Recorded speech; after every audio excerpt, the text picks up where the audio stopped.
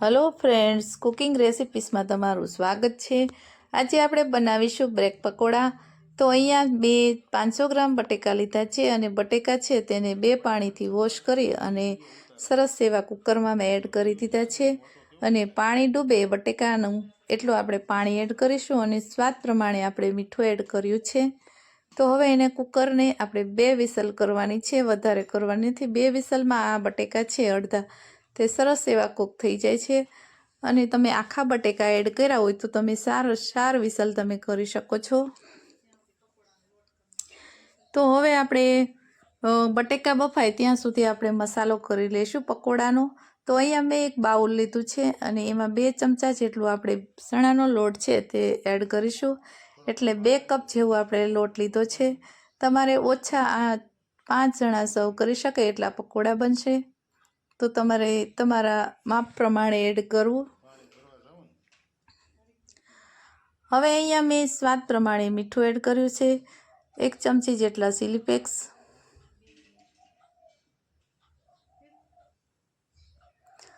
અડધી ચમચી જેટલું જીરા પાવડર, અડધી ચમચી જેટલું લાલ મરચું પાવડર ને અડધી ચમચી જેટલું હળદર પાવડર એડ કરીશું। હવે આ મસાલાને બરાબર આપણે વિસ્પરની મદદથી મિક્સ કરી લેશું અને હવે આપણે પાણી થોડું થોડું એડ કરવાનું છે, જેમ જરૂર પડશે એમ આપણે પાણી એડ કરીશું। તો અહીંયા આપણે બેટર છે તે પાતળું એવું બનાવવાનું છે, પણ એકદમ પાતળું નથી બનાવવાનું, આપણે પકોડામાં ચીપકે એવું આપણે બનાવવાનું છે। તો અહીંયા હજી મને પાણીની થોડીક એવી જરૂર પડશે, એટલે કુલ આપણે 1 ગ્લાસ જેટલું પાણીની જરૂર પડશે। તો હવે આપણે બેટર છે તેને થોડુંક પાતળું કરી લેશું અને એક જ દિશામાં આપણે ફેરવશું। એક જ દિશામાં ફેરવવાથી આ જે બેટર છે તે એકદમ સરસ ક્રીમી એવું બની જશે અને ગાંઠા પણ એક પણ નહીં રહે। તો તમે જોઈ શકો છો આપણું બેટર સરસ એવું થઈ ગયું છે અને 1 ચપટી જેટલા મેં અહીંયા લીલા ધાણા ફ્રેશ એડ કર્યા છે, તમારી પાસે ન હોય તો તમે સ્કીપ પણ કરી શકો છો। હવે અહીંયા આપણે બેકિંગ સોડા અથવા તો ખાવાના મીઠા સોડા હોય તે 1/4 સ્પૂન જેટલા આપણે એડ કરીશું। તમે જોઈ શકો છો 1 ચપટી જેટલા જ આપણે આંગળીમાં અટકે એટલા જ આપણે એડ કરવાના છે, વધારે એડ કરવાના નથી, નકર તમારા પકોડા છે તે લાલ થઈ જશે। તો હવે અહીંયા એક જ દિશામાં આપણે ફેટી લેશું। તો મસાલો આપણો સરસ એવો તૈયાર થઈ ગયો છે અને બટેકા પણ બફાઈ ગયા હશે, તેને ચેક કરી લેશું।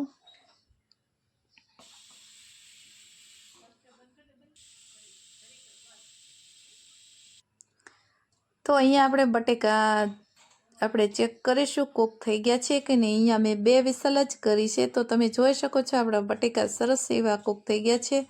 તો એક બાઉલમાં આપણે કાઢી લેશું બટેકાને અને ઠંડા થવા દેશું।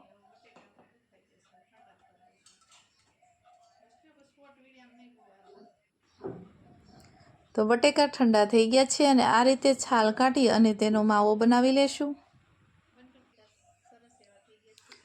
તો બટેકા સરસ એવા બધા છાલ નીકળી ગઈ છે અને એનો વઘાર છે તે આપણે કરી લઈશું। તો અહીંયા મેં 2 ચમચા જેટલું તેલ એડ કર્યું છે। અહીંયા તેલ આપણું ગરમ થાય એટલે આપણે આખું જીરું છે તેને એડ કરીશું। ત્યાં સુધી તેલ ગરમ થાય ત્યાં સુધી આપણે બટેકા છે તેને આ રીતે ચમચાની મદદથી અથવા તમારી પાસે જે પાઉંભાજીનું જે ઓલું સાધન આવે છે તેનાથી તમે પણ કરી શકો છો।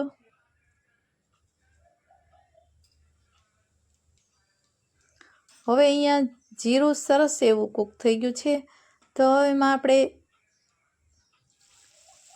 જે કાંદા કાપેલા છે તેને એડ કરી દઈશું। અહીંયા કાંદા છે તે ઝીણા ઝીણા મેં ચોપ કરેલા છે।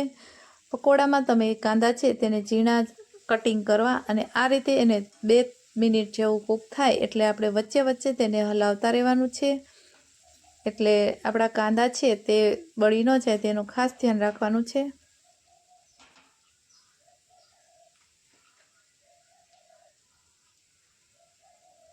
હવે અહીંયા આપણે મસાલાનું મીઠું છે તેને એડ કરીશું, કેમ કે બધામાં આપણે મીઠું એડ કર્યું છે એટલે આપણે મસાલાનું જ ખાલી અહીંયા મીઠું છે તેને હું એડ કરીશ, કેમ કે બટેકા બાફતી વખતે પણ આપણે મીઠું એડ કરેલું છે।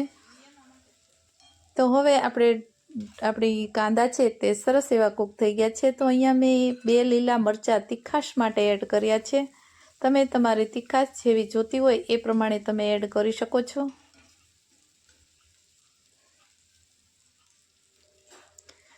તો હવે આપણે 2 મિનિટ જેવું કૂક થવા દેશું.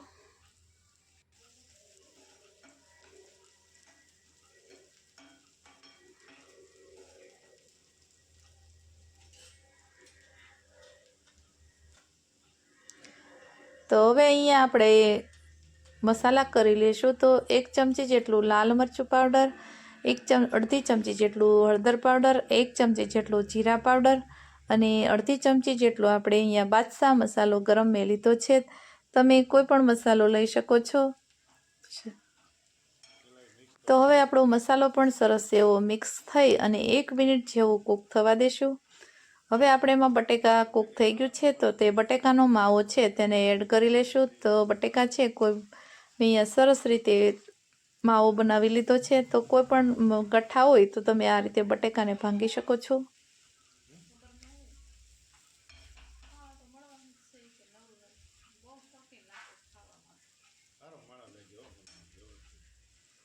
તો અહીંયા મેં ગેસની આંચ અહીંયા બંધ કરી દીધી છે અને આપણે મિક્સ કરી લેશું. પછી આપણે ચાલુ કરીશું. હવે અહીંયા મેં ગેસ ચાલુ કર્યો છે અને હવે આપણે એને થોડીક કૂક થવા દઈશું. તો અહીંયા આપણો મસાલો થોડોક સરસ એવો બની અને રેડી થઈ ગયો છે. તો મેં 1 કપ જેટલા ધાણા લીલા ફ્રેશ છે તેને એડ કર્યા છે. હવે આપણે એને નીચે ઉતારી લેશું. તો તમે જોઈ શકો છો આપણો મસાલો પકોડાનો બની અને રેડી થઈ ગયો છે.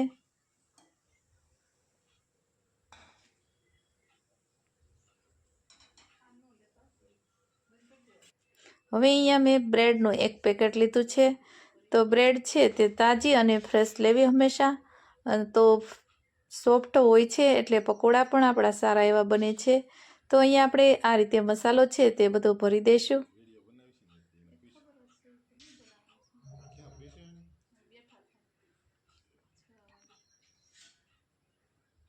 અહીંયા જે બોર્ડરનો ભાગ હોય છે ત્યાં વધારે આપણે મસાલો એડ કરવાનો છે. તો આ રીતે તમારે બહાર ન નીકળે એ રીતે તમારે બ્રેડમાં મસાલો છે તે ભરી અને એની ઉપર બીજી બ્રેડ પણ આપણે આ રીતે મૂકી દઈશું.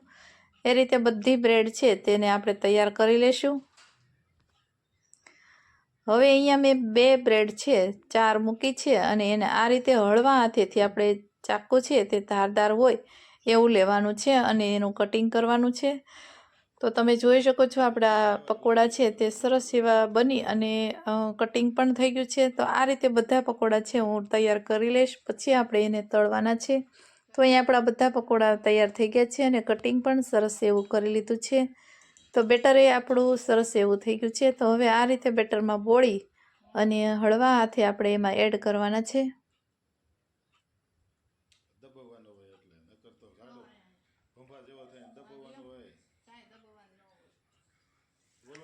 તો અહીંયા તેલ પણ આપણું સરસ એવું ગરમ થઈ ગયું છે.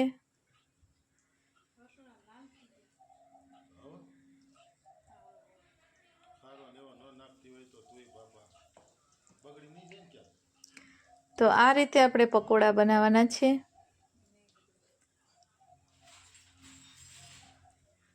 તો આપણે થોડુંક એવું કૂક થાય એટલે જે સાઈઝ છે તેને ચેન્જ કરીશું.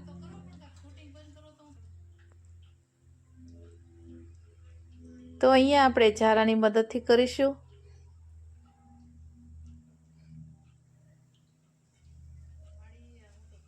ગેસ છે તેને એકદમ સ્લો રાખવાનો છે, હાઈ રાખવાનો નથી. તો તમારા જે પકોડા છે તે થોડા ક્રિસ્પી અને અંદરથી સોફ્ટ એવા બનશે.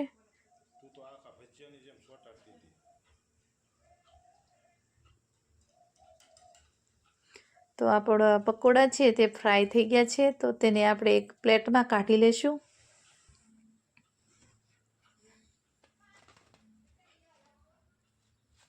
તો તમે જોઈ શકો છો આપણા પકોડા બની ગયા છે.